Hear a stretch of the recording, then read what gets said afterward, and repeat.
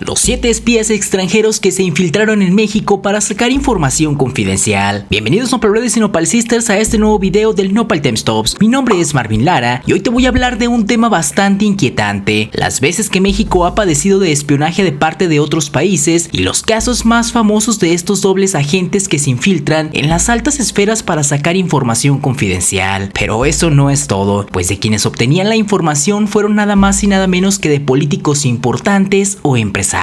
Pero, ¿quieres saber quiénes enviaron a estos espías a sacarnos información? Pues quédate que de esto y más te hablaré en los próximos minutos, así que por nada del mundo te puedes perder este video. Para la elaboración de este video, nos basamos en los libros titulados Nuestro hombre en México, Winston Scott y la historia oculta de la CIA, Hilda Kruger, vida y obra de una espía en México, y los sitios web MX City, El País, Exordio, La Voz del Norte, Enlace Judío, Historia, National Geographic y El Economista. Así que una vez aclarado lo anterior, ponte cómodo y agarra la botana que aquí comenzamos.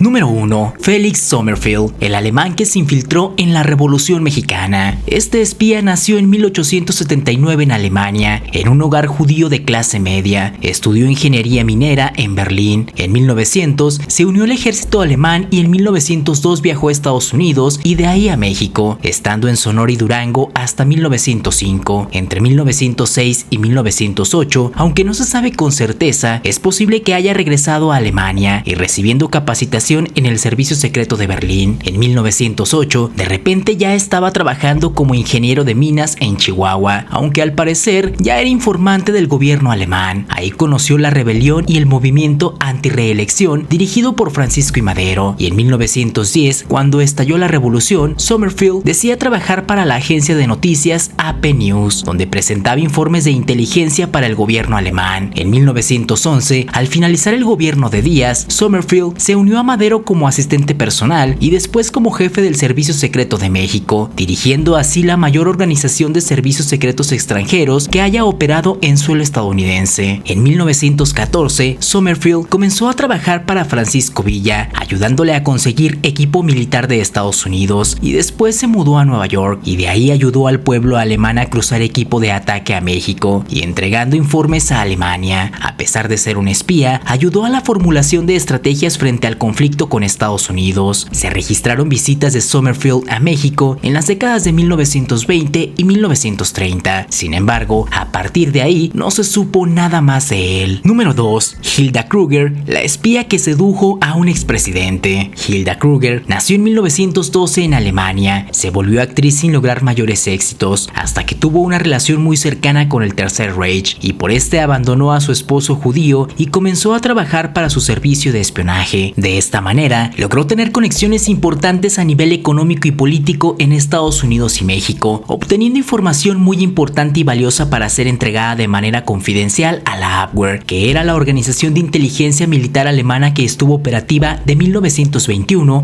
hasta 1944. Y cómo no iba a sacar información si era una mujer hermosa y con sus encantos lograba conquistar a muchos personajes importantes. Mientras caminaba de la mano del multimillonario petrolero John Paul Getty, comenzó a filtrar todo lo que veía y escuchaba al servicio de inteligencia. En 1941, Hilda Kruger viajó a México. Su misión para el Führer tenía trascendencia histórica, pues su necesidad de asegurar el combustible era vital, y México era un productor nato de petróleo, por lo que debía convencer al gobierno mexicano de venderle combustible a los alemanes sin que nadie más se enterara. La entrada de Hilda Kruger fue muy bien preparada por la Abwehr y el millonario Getty, acercándola con altos funcionarios del gobierno del general Manuel Ávila Camacho y ante la sociedad. Primero sedujo a Ramón Beteta, que había sido subsecretario de Exteriores y estaba vinculado al Banco Central, quien le confesó la admiración que sentía el presidente Ávila Camacho hacia Hitler y que la disposición de vender crudo al Tercer Reich se enfrentaba a la oposición frontal de Estados Unidos. Después sedujo al secretario de gobierno Miguel Alemán Valdés y así pudo relacionarse con generales y funcionarios y filtrar datos importantes y estratégicos sobre la la producción petrolera y de metales. En 1941, después del ataque japonés a Pearl Harbor, apareció la lista de espías y en ella estaba Hilda Kruger. Sin embargo, se libró de ser detenida gracias a la ayuda de Miguel Alemán. Nunca fue encarcelada, pero no pudo rehacer su carrera y sucumbió en el olvido en 1991. Número 3. George Werner, el líder de la red de espionaje en México. La red más activa de la Abwehr en Latinoamérica fue la de México, dirigida por George Werner, que comenzó sus operaciones en 1940. Werner fue un agente muy competente que sirvió al ejército alemán durante el primer conflicto mundial y en 1939 fue reenganchado por la Abwehr como oficial de inteligencia en el ejército con la misión de establecer una red de espionaje en México. Durante años, Werner realizó gran actividad reclutando miembros para su organización, estableciendo contactos en otros países de Latinoamérica y tratando de recolectar información de Estados Unidos. Sin embargo, fue muy poca la información vital de tipo militar que pudo clasificar. El mayor mérito del agente fue el de establecer una organización capaz de realizar actividades de inteligencia a lo largo del tiempo que estuvo activo, no con mucho éxito, pero sí manteniendo a los servicios de contrainteligencia estadounidenses bien ocupados. Pero antes de continuar con el siguiente punto, te invito a que me sigas en mis redes sociales como Twitter, pero sobre todo en Instagram. Te dejo los links en la descripción. Tampoco olvides suscribirte a nuestro canal y activar la campanita para que no te pierdas ninguno de nuestros videos. Ahora sí, continuamos. Número 4. Axel Wenner-Gren, el creador de Telmex. Wenner-Gren fue uno de los nombres que apareció en las listas negras, pues fue muy amigo de Franklin Roosevelt y también se relacionó con Benito Mussolini y con el mismísimo Hitler. Con motivo del segundo conflicto mundial, lo llevaron a Cuernavaca, México, en 1941 por invitación de Maximino Ávila Camacho, hermano del presidente, donde pudo realizar millonarias inversiones con fondos que el gobierno alemán mantenía en bancos suizos y con el objetivo de asegurar que el envío de petróleo y materias primas estratégicas latinoamericanas llegaran a la maquinaria de estrategias de Hitler. Fue concesionario del Hipódromo de las Américas, dueño de flotas navieras, así como de castillos en Suecia. Se encargó de cabildear para que poderosas multinacionales estadounidenses como General Motors, Ford, AT&T, Standard Oil y muchas más continuaran realizando negocios con Alemania a pesar de la prohibición del gobierno de Estados Unidos, a través, claro, de sus subsidiarias en países neutrales y utilizando también empresas que operaban en paraísos fiscales como Panamá, Bahamas o Aruba. Al término del conflicto, para evitar el castigo por colaborar con Alemania, decide quedarse en México y donar su lujoso yate para que se convirtiera en la embarcación oficial del presidente en turno. También donó sus acciones en Ericsson para que el gobierno creara la primera empresa de telefonía mexicana, Teléfonos de México, Telmex, misma que fusionó las empresas telefónicas Ericsson y Mexicana. A mediados de los años 50 se aboca a dos multimillonarios proyectos como el tren elevado alemán y el gigantesco desarrollo de la Columbia Británica. Invierte gran parte de su fortuna y tiene que vender la mayoría de sus negocios. El resultado fue un fracaso y se va a la quiebra. El gobierno mexicano interviene sus bienes para pagar a las múltiples deudas y los subasta, incluidas sus propiedades en Suecia. Y así es como llegan valiosas obras de arte que se encuentran todavía en el Museo de San Carlos en la Ciudad de México. En 1961, misteriosamente cayó golpeándose la nuca, lo que le hizo perder la vida. Número 5. Guido Otto, el mexicano que boicoteó a los Estados Unidos. Guido Otto nació en 1906 en Nuevo León. Estudió en Alemania y regresó en 1929. Para el inicio del segundo conflicto mundial, el destacado hombre de negocios comenzó a trabajar en las redes de espionaje alemán con el alias de Poinsot, quien hablaba 5 idiomas: alemán, italiano, francés, español e inglés. Otto Guido pronto se convirtió en el principal contacto en Monterrey con el aparato de espionaje del Tercer Reich, que operó en Latinoamérica. Sus actividades incluyeron vigilar los movimientos militares en la frontera con los Estados Unidos. Desde 1935 tenía una poderosa radiodifusora autorizada por la Secretaría de Comunicaciones. Con ese transmisor recibía instrucciones directas de Berlín. Sin embargo, su principal contribución fue formar un grupo de 150 hombres conformado por ciudadanos mexicanos simpatizantes de Adolf Hitler, otros mexicanos de origen alemán, italianos y japoneses, los cuales se organizaron para cruzar la frontera con Texas y sabotear instalaciones estratégicas como refinerías, ductos petroleros e industrias que fabricaban implementos para el conflicto. Por esas actividades fue detenido en 1942 e internado en la fortaleza de de perote en Veracruz. Además, el gobierno mexicano le incautó sus industrias, que le devolvió casi quebradas después del conflicto. Perdió la vida en 1990. Número 6. Jaime Ramón Mercader del Río, el espía más famoso. Ramón Mercader nació en 1913 en el seno de una familia burguesa. Sin embargo, su madre comenzó a frecuentar ambientes anarquistas. Al estallar la lucha civil española, Ramón Mercader se unió al bando republicano, pero en 1937 su madre, ferviente estalinista, le convenció para unirse a los servicios secretos soviéticos con un objetivo concreto: el terminar con la vida de León Trotsky, exiliado por Stalin tras hacerse con el poder y residente entonces en México. Así pues, en 1939 puso en marcha por orden de Stalin la Operación Utka, Operación Pato. Con una nueva identidad, como el canadiense Frank Jackson, sedujo a Silvia Agelov, con la que viajó a México y le presentó a Trotsky, pues era de su absoluta confianza, comenzando en ese momento la última fase de su plan: ganarse la confianza del líder ruso hasta el punto de poder quedarse con él a solas. Y así fue. El 20 de agosto de 1940, cuando fue a su casa con la excusa de entregarle unos documentos, terminó con la vida de Trotsky, pero los guardaespaldas lo capturaron y fue puesto a disposición de las autoridades mexicanas, obteniendo una condena de 20 años de cárcel. Al cumplir esa pena, regresó a Rusia y en secreto fue condecorado con la Orden de Lenin y la Medalla de Héroe de la URSS, la más alta distinción soviética. Desde su vuelta, sería conocido como Ramón Ivanovich López. Después se instaló en Cuba en 1974 como asesor de Fidel Castro y finalmente perdió la vida en La Habana en 1978 a causa del cáncer. Número 7. Winston Scott, el famoso espía de la CIA en México. Winston Scott llegó a la Ciudad de México en 1956 a dirigir la estación de la CIA en el país y pronto ascendió en la escala social mexicana. En agosto de 1958, Scott desayunó con Adolfo López Mateos. De ese desayuno veraniego surgiría la operación conocida como Litempo, la red de agentes pagados y colaboradores dentro y en torno a la oficina presidencial, y asignó al presidente López Mateos el código Litensor. En opinión de Scott, la élite mexicana tenía que ser anti-yanqui en el discurso público, pero en privado querían proteger sus privilegios. Una observación atinada de Scott que por no mantenerla presente le costaría el cargo después. Existe la sospecha fundada de la actuación como informantes de la CIA de los expresidentes mexicanos. En la década de los 90 se creó un comité investigador que se encargó de examinar y publicar los documentos oficiales del gobierno estadounidense sobre el deceso de Kennedy. En 1998, el Departamento de Estado y la CIA hicieron la petición al panel de revisión de que los documentos no se publicaran. El argumento presentado fue que la información contenida en los archivos podría ser dañina para los intereses del gobierno mexicano, pues recordemos que el poder que estaba en 1990 era el mismo que había estado en 1960, por lo que la CIA buscaba proteger a sus aliados. Scott se fió de sus buenas relaciones con los presidentes, confió en que la relación amistosa con sus fuentes le garantizaría informes fidedignos. No hay honor entre ladrones, y menos entre espías, y aún menos si los espías son mexicanos, como parecen señalar en sus memorias. Sin embargo, durante las revueltas estudiantiles de 1968 en México, Scott esperaba que sus amigos le dieran informes precisos sobre la situación, pero recibió en su lugar la justificación a la represión de un sistema autoritario, el privilegio y la simulación a la que es afecta a la clase política mexicana. Resultó una medida de contrainteligencia tan eficaz que nubló su inteligencia y le costó el puesto a un destacado espía norteamericano.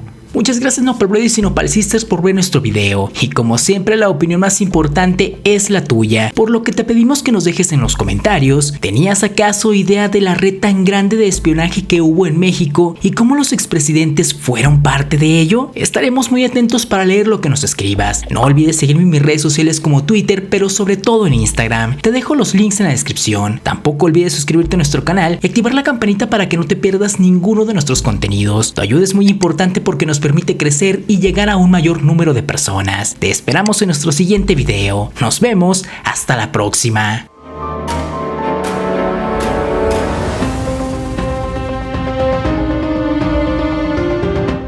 El el pueblo mexicano que existe en Europa y que pocos sabían de su existencia. Bienvenidos Nopal Brothers y Nopal Sisters a este nuevo video del Nopal Time Stops. Mi nombre es Marvin Lara y hoy te voy a hablar de un pueblito en Europa que conserva una enorme influencia mexicana y de donde provienen numerosos empresarios y políticos que han tenido un enorme peso en nuestra historia como país. Su cariño con México es tan grande que hasta tienen un famoso festival que celebran año con año y en donde exhiben música de mariachis, bailes folclóricos de nuestro país y por supuesto que